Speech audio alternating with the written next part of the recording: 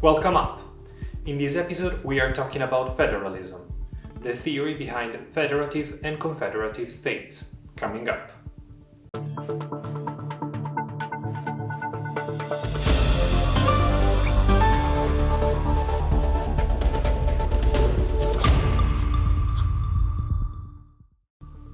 Hello, I'm Understanding Politics, and in this channel I explain political theories and debates to students as well as curious and passionate people, just like you. Federalism is a constitutional theory based on the idea of dividing powers between different units. In a unitary state, sovereignty is centralized, whereas in federalist states there are no less than two levels, so that units at each level can self-govern in some areas. This may be confusing based on what we explained in the video about separation of powers. While in that video we explained how powers in liberal democracies are divided among different institutions, here we are talking about units that mirror the separation of powers of that central state, but that exert authority on different topics. So we will have more than one parliament, one central and more regionals, and more than one court. Yet, if the region has power over health regulation, then the central authority will not intervene on that topic. Typically, the center has powers regarding defense and foreign policy, but member units may also have international roles. The decision-making bodies of member units may also participate in central decision-making bodies. Philosophical contributions have addressed the dilemmas and opportunities facing Canada, Australia, Europe, Russia, Iraq, Nepal and Nigeria, to mention areas where federal arrangements are seen as interesting solutions to accommodate differences among populations divided by ethnic or cultural cleavages, yet seeking a common, often democratic, political order. The problem with federalism is that the federation is only one sort of the different federalist state, including also unions, confederations, leagues, and decentralized unions, or hybrids, such as the present European Union. A federation is a territorial division of units at times called provinces, cantons, possibly cities, or confusingly states. This division is often coded in the constitution and cannot be altered unilaterally by any of the parties. Both units and central states are directly elected by citizens, and their work has a direct effect on them. A confederation, on the other hand, is a state with a weaker center, and that it depends very much on what is decided by units, that usually can exit the union. The center only exercises function delegated by the units. Units can veto many of the decisions of the center, and the decisions of the center have no direct effect on the citizens. For this reason, many consider confederations the North American states between 1776 and 1787, Switzerland between 2019 and 1847, and the present European Union, even though it has several elements typical of federations. Federations or confederations may have symmetrical or, on the other hand, asymmetrical powers among different units, such as in Russia, Canada, the European Union, Spain, or India. Several of the early contributors to the Federalist thought worked in the 17th and 18th century.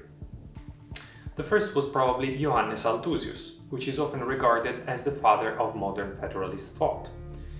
In his Politica Methodice Digesta, he argued in favor of the autonomy of his city, Emden, both against its Lutheran provincial lord and against the Catholic emperor. Althusius was strongly influenced by French Huguenots and Calvinism. In the Spirit of Laws, Charles de Secondat Baron de Montesquieu argued for confederal arrangements as combining the best of small and large political units, without the disadvantages of either. The discussions surrounding the US Constitutional Convention of 1787 marks a clear development of federal thought. A central feature is that federations were seen as uniting not only member units, as in confederation, but also citizens.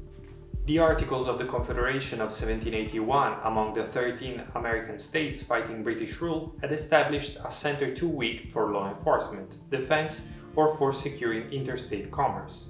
The US Constitutional Convention of 1787 tried in fact to change this situation. In the Federalist Papers, James Madison, Alexander Hamilton, and John Jay argued for increasing the interlocking among the units to achieve a federation. Madison and Hamilton agreed with David Hume that the risk of tyranny by passionate majorities was reduced in larger republics, where member units could check each other. A rage for paper money, for an abolition of debts, for an equal division of property, or for any improper or wicked project will be less likely to pervade the whole body of the Union than a particular member of it. Splitting sovereignty between member unit and centre would also protect individuals' rights against abuse by authorities at either level, or at least that's what believed Hamilton, quoting Montesquieu at length to this effect. Madison and Hamilton urged centralized powers of defense and interstate commerce. During the Second World War, Altiero Spinelli and Ernesto Rossi called for a European federal state in the Ventotene Manifesto, published in 1944. They condemned totalitarian, centralized states and the never-ending conflicts among them. Instead, there should be enough shared control over military and economic power. Yet, each state will retain the autonomy it needs for a plastic articulation and development of political life according to the particular characteristics of the various peoples. They are still considered as the moral founding fathers of the European Union. Also, Hannah Arendt traced both totalitarianism and industrialized mass murder to flaws in the sovereign nation-state model. She was skeptical both of liberal internationalism and political realism, and urged a republican federal model or ideal type where the federated units mutually check and control their powers. Debates over federations are complex and relevant. Think of how badly was handled the process of independence in Catalonia in Spain, or even the Brexit from the European Union. With reference to these cases, I would list a few good reasons why federations are better than separate states. Federations may foster peace, in the sense of preventing wars. Think about the European Union. Federations can promote economic prosperity by removing internal barriers to trade. Again, the EU is a good example. Federal arrangements may protect individuals against political authorities by constraining state sovereignty. Federal arrangements may enhance the political influence of formerly sovereign governments, particularly for small states. There are also a few reasons for preferring federal orders over unitary states. Federal arrangements may protect against central authorities by securing immunity and non-domination for minority groups or nations, for instance by accommodating minorities who aspire to self-determination and the preservation of their culture, language or religion. This is what Catalonia was guaranteed for years.